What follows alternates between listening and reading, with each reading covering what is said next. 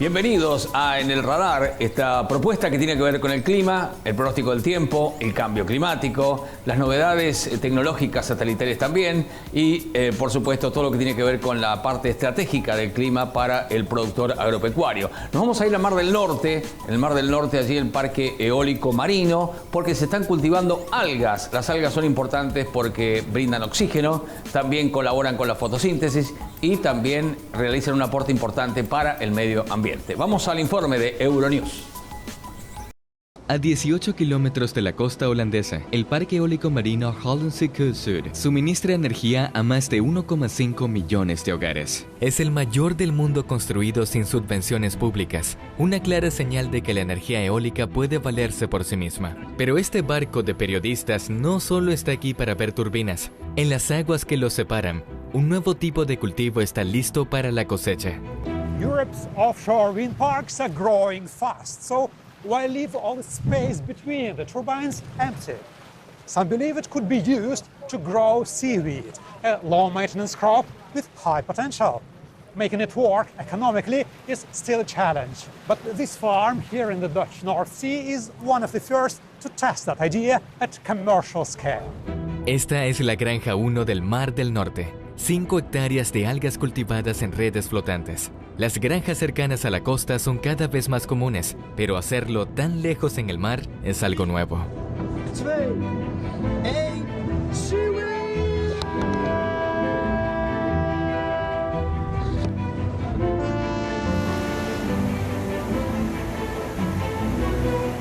El proyecto está dirigido por North Sea Farmers, una asociación europea de algas sin ánimo de lucro dirigida por Yves Brouwers.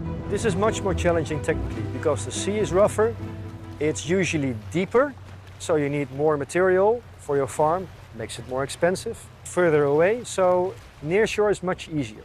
However, there is also limited nearshore space. So where will you grow seaweed? Where will you scale up for the coming 10, 20 years? You need another solution. You need to test it and do it offshore. Esta primera cosecha supone un gran avance para el creciente sector europeo de las algas. Las algas capturan carbono, sustentan la vida marina y pueden utilizarse en diversas industrias. Cultivarlo entre turbinas eólicas lejos del tráfico marítimo tiene sentido, pero hasta ahora nadie lo ha hecho realmente, salvo pequeñas pruebas de investigación. Ahora hay pruebas de que esto puede funcionar. Mike Salmon es un consultor irlandés de acuicultura que trabaja con Simple Blue, uno de los socios del proyecto. Well, looking at from what we can see now, yeah, it works. It was quite successful. The seaweed did grow very well and very fast. So going forward, yes, this can work. Y no se trata solo de algas. Los moluscos también crecen felices en las cuerdas. Los parques eólicos marinos podrían albergar más de un tipo de cultivo oceánico. That's another crop we could do out here is mussel seed, because it grows quite well here. That's baby mussels. El proyecto está financiado en parte por el Fondo Climático Right Now de Amazon para explorar su impacto ecológico. Las investigaciones demuestran que las granjas de algas pueden ayudar al medio ambiente si se hace bien. Esta prueba podría aportar los datos que lo demuestran. You have this really highly nutrient-dense, very cold water that's pretty accessible to many people. And so we want to understand what's the carbon sequestration potential, what's the biodiversity benefit.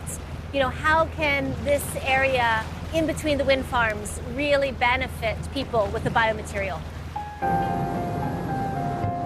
Todas estas zonas marítimas están ahora cubiertas de turbinas eólicas marinas y están llamadas a crecer. Los agricultores del Mar del Norte creen que en 2040 los parques eólicos podrían ofrecer 1 millón de hectáreas aptas para el cultivo de algas. En Kiel, Alemania, Eva Estrada, del Centro de Investigación y Desarrollo de la Universidad de Ciencias Aplicadas, gestiona las instalaciones piloto de Ulf Farms, un proyecto de investigación financiado con fondos europeos.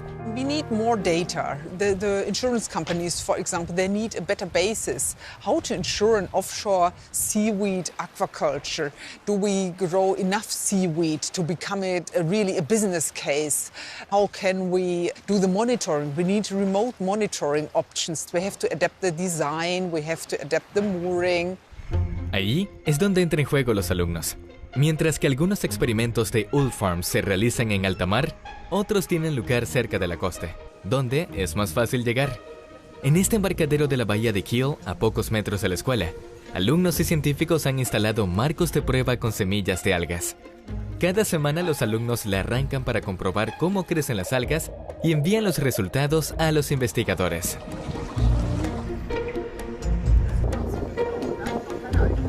Also wir machen die Fotos, damit wir den Entwicklungsprozess von den Algen verfolgen können, also wie sie wachsen, wie sie sich entwickeln, ob das auch überhaupt funktioniert, was wir machen und vor allen Dingen, um auch die verschiedenen Methoden an den Rahmen überwachen zu können, was am besten funktioniert. Das ist ja eine hochaktuelle Forschungsrichtung, die gerade sehr viel Fortschritt macht. Und deswegen finde ich das sehr interessant, dass wir das im Schulalltag auch schon mitbegleiten können, an was gerade hier in der Förde und in der Gegend geforscht wird, was uns in der Zukunft groß beeinflussen kann, wenn man Algen für sehr viele verschiedene Sachen verwenden kann. Los alumnos están ayudando a probar cámaras submarinas y sensores electrónicos que controlan la calidad del agua, herramientas esenciales para gestionar las granjas de algas marinas. Para que el cultivo marino en alta mar sea práctico y rentable, los cultivadores tendrán que gestionar sus operaciones a distancia, por lo que es importante saber qué herramientas digitales funcionan mejor. Ja, genau. De vuelta a las aulas, la minigranja de algas se ha convertido en parte del curso de biología. Los alumnos utilizan métodos de investigación reales y aprenden ciencia de forma práctica. Para ellos, y para su profesor, Frank Sommer, cultivar y estudiar las algas contribuyendo a un proyecto europeo de investigación real tiene mucho más sentido que un libro de texto. It has many advantages. You can easily culture them and you can easily measure them. So it's practically also, there's also a good point in working with seaweed. Old Farms también está creando un programa informático para analizar las muestras automáticamente y con el tiempo, una aplicación para teléfonos inteligentes que ayude a los cultivadores de algas en su trabajo diario. Everything we do here with the school and the pupils, the results, the data are really needed for our offshore applications, and they get a lot of experience, a lot of connections, involvement in this kind of business.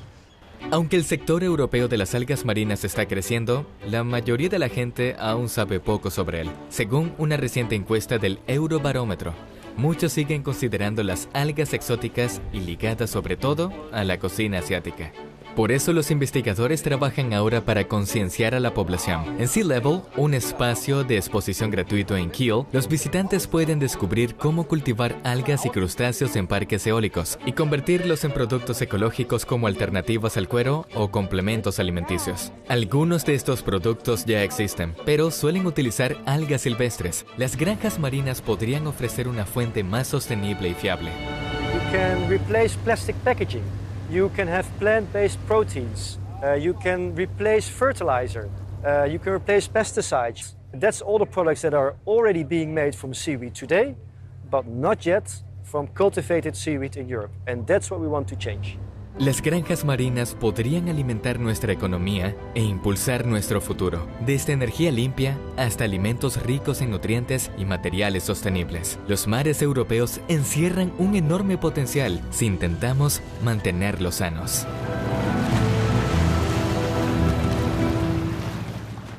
Bueno, y después de este informe internacional hay que seguir, ¿no? Justamente todo lo que se está investigando sobre el tema de las algas y ahí los parques eólicos marinos en esta zona, ¿no? En la zona de Holanda, allí en el Mar del Norte. Nos vamos ahora a Río Negro porque allí también se ha hecho un plan del cambio climático. Tenemos los incendios forestales, la sequía por otro lado y también la pesca y cómo aportar con lo que es la agricultura regenerativa y también la ganadería regenerativa. Este es el informe. Bueno, en la zona andina claramente el tema central es el tema incendios y los incendios de interfase en particular, donde hay población y hay bosque. Así que todo lo que fue estrategias de prevención, forestación preventiva, restauración con nativas y todo lo que es manejo de catástrofe o de crisis fueron temas muy priorizados. Mientras que en la zona de la línea sur, por ejemplo, la cuestión clave es el agua, la accesibilidad del agua, la sequía, básicamente la sequía y sus efectos en la producción local. Y también el tema de la desconexión y cómo generar procesos más eficientes en términos de uso de energía para transportar materiales en la línea sur. En la parte costera está el tema de la erosión. El aumento del nivel del mar genera efectos erosivos en toda la costa y eso trae problemas significativos a la parte edilicia y de turismo, ¿no? Pero también apareció el tema pesca y los efectos que tiene el cambio climático en la disponibilidad de las pesquerías y el uso y la parte de aprovechamiento económico de la pesca y cómo hacerla más eficiente, darle más valor agregado. Y bueno, y eso fue justamente gracias a que participó mucho la gente de los gobiernos locales, que tienen esa sensibilidad mucho más clara. Y yo creo que el tema producción agrícola, bueno, el valle fértil, nos da la pregunta de, bueno, ¿qué efectos va a traer el cambio climático en la productividad del valle en términos de producción agrícola? Y también qué capacidad tiene el valle en términos de potencia de forestal, potencia frutícola, potencia de pastura, para capturar carbono, para generar una ganadería regenerativa, para generar una agricultura regenerativa. Eso yo creo que va a ser un tema importante. Después otro tema va a ser el vaca muerta y cómo el Alto Valle y el Valle Medio pueden servir de herramientas para reducir la huella que vaca muerta produce, digamos, extrayendo carbono de abajo de la tierra, ¿no? Entonces, cómo ese carbono se puede capturar a partir de producir fotosíntesis, de producir forestación, agricultura y demás de una manera estratégica.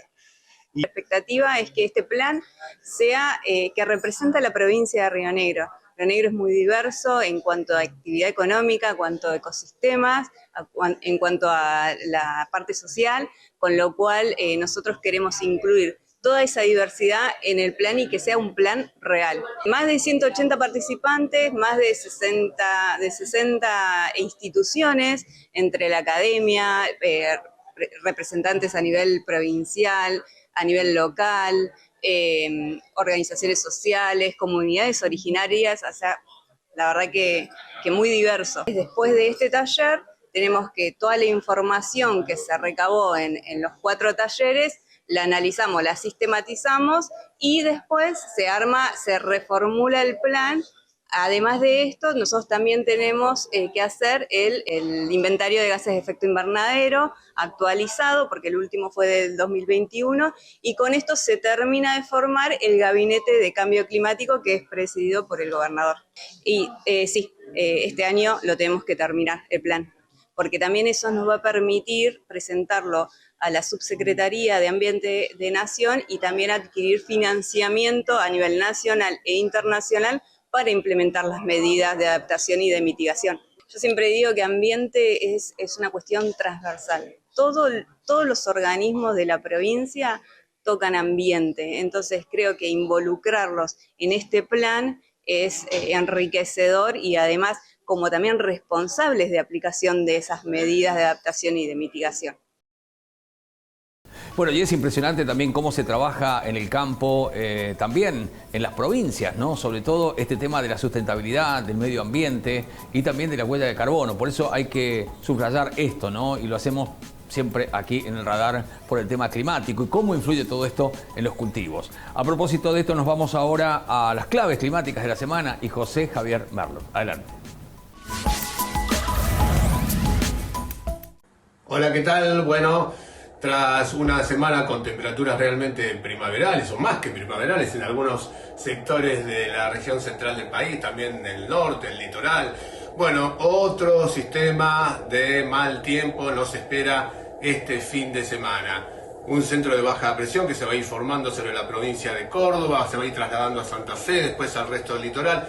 Y la acción conjunta de este sistema de baja presión con uno de alta presión que va a estar instalado sobre el Atlántico Sur nos va a dar mucho aporte de humedad, mucha circulación de viento del sector este. Eso va a favorecer el ingreso de vapor de agua que se va a transformar automáticamente en nubosidad, en nubes, con la capacidad de generar acumulados de lluvias muy importantes. Cuando esto, mañana sábado, también el día domingo, comenzará primero por la provincia de Córdoba, centro y sur de Santa Fe, sur de Entre Ríos, norte de la provincia de Buenos Aires, y esto después se va a desparramar literalmente hacia lo que es el resto de la llanura pampeana, provincia de La Pampa, toda la provincia de Buenos Aires, y después ya a partir del día lunes, esto también se va a ir trasladando hacia las provincias de Entre Ríos y Corrientes. Ya comenzará la inestabilidad también en estas provincias a partir de mañana sábado. Chaparrones y algunas tormentas en Corrientes, Entre Ríos,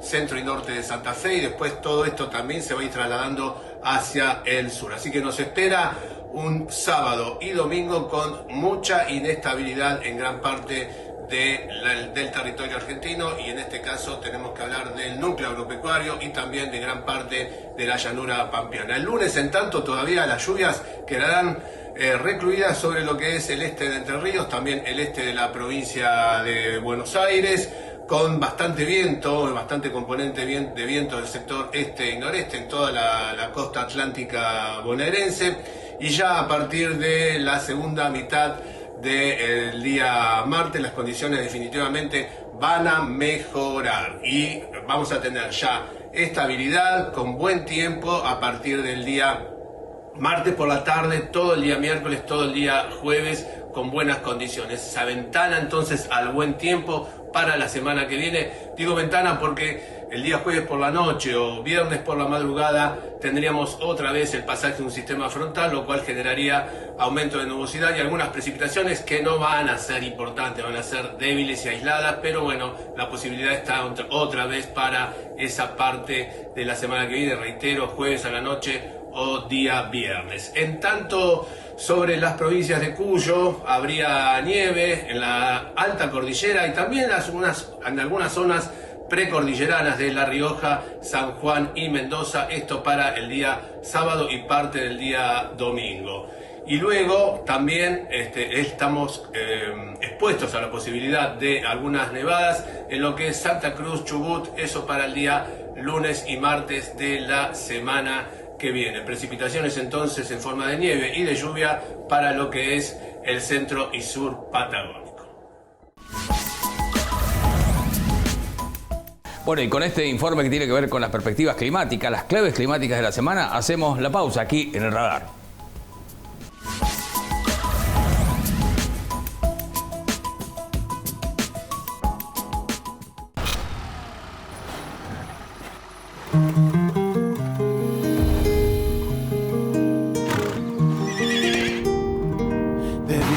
The stars, the heavens in your eyes, in everything I want to see you. Nueva Amarok, fuerza que nació para el campo. Volkswagen.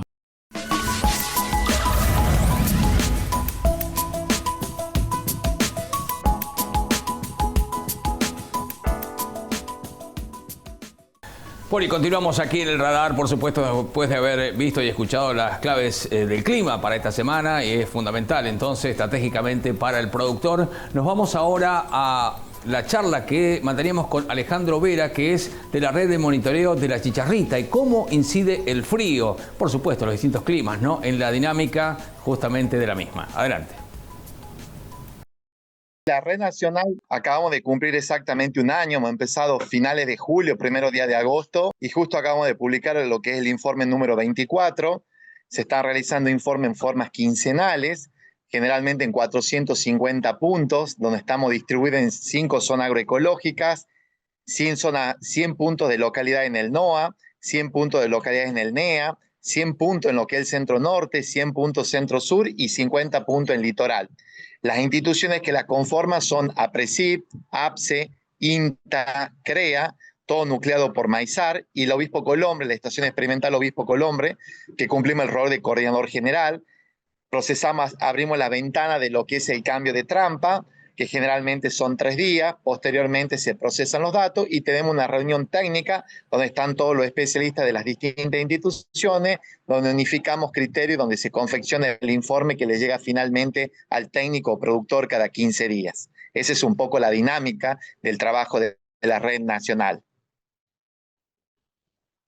¿Cómo describiría hoy la situación actual en distintas partes del país, ya que ustedes analizan en los distintos sectores lo que es la dinámica de la chicharrita hoy?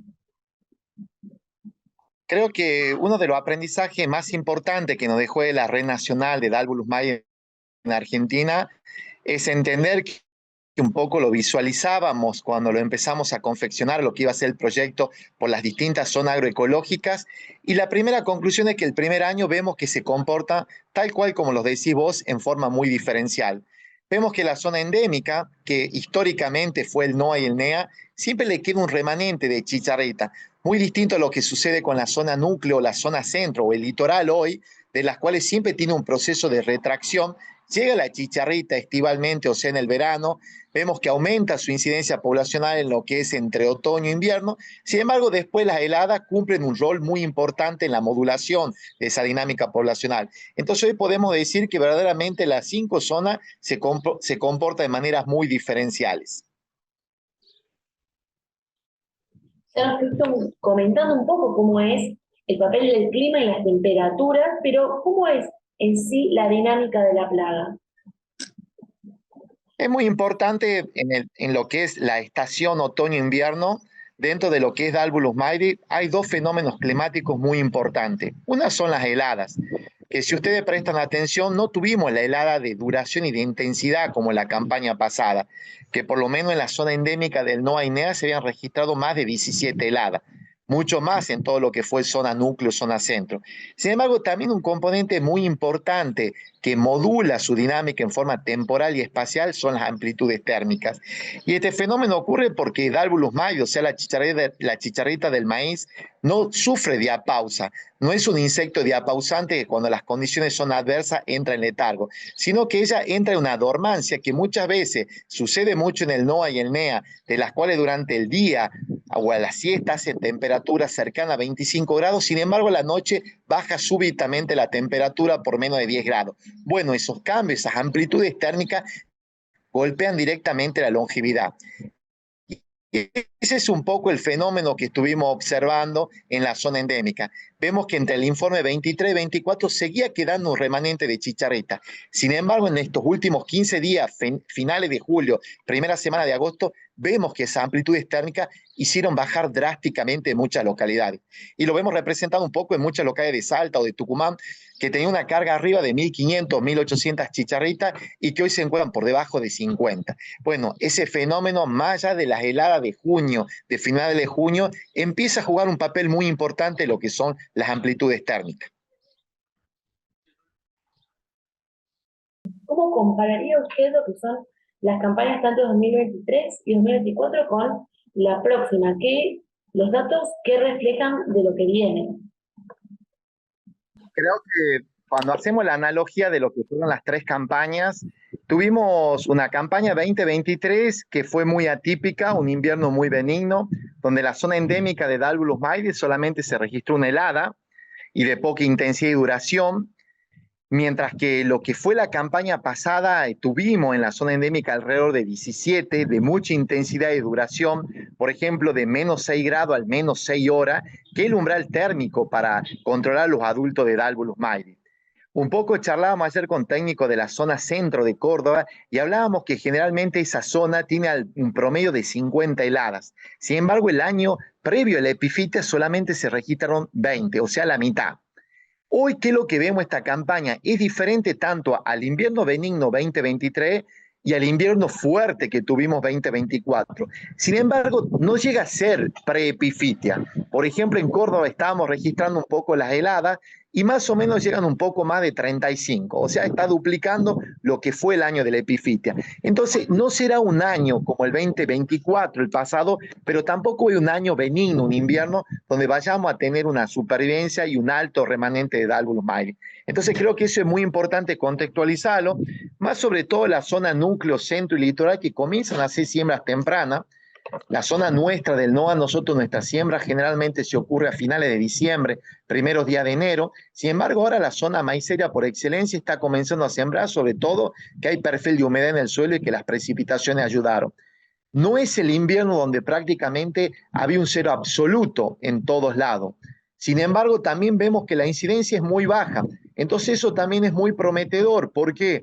Porque esta campaña, si algo descubrimos, es que el manejo de Dalbulus maidi se vuelve efectivo siempre y cuando yo maneje bajas poblaciones. Cuando hay bajas poblaciones, de alguna manera, los productos químicos funcionan, de alguna manera el germoplasma desarrolla su tolerancia, de alguna manera el monitoreo me permite detectar en forma prematura. Entonces creo que el escenario, sobre todo para la siembra temprana de Buenos Aires, Santa Fe, parte de Córdoba y Litoral, hoy por hoy es muy prometedor porque bajó considerablemente las poblaciones a nivel país. La zona endémica nosotros seguimos teniendo chicharrita, igual que Chaco, igual que Formosa.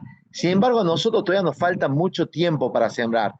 Como les comenté recién, diciembre, enero. Entonces, nos queda todo un periodo, muchos meses de hacer una serie de herramientas culturales, como el manejo de maíz voluntario, para nuevamente posicionarnos en un ambiente prometedor para la producción de maíz. ¿Por qué confirmaría usted el hecho que la presencia del insecto no implica un riesgo de infección? ¿Qué es lo que es importante en este caso? Que también me da pie para aclarar, sobre todo en las últimas semanas, un reporte que salió como en la presencia fuerte de trigo.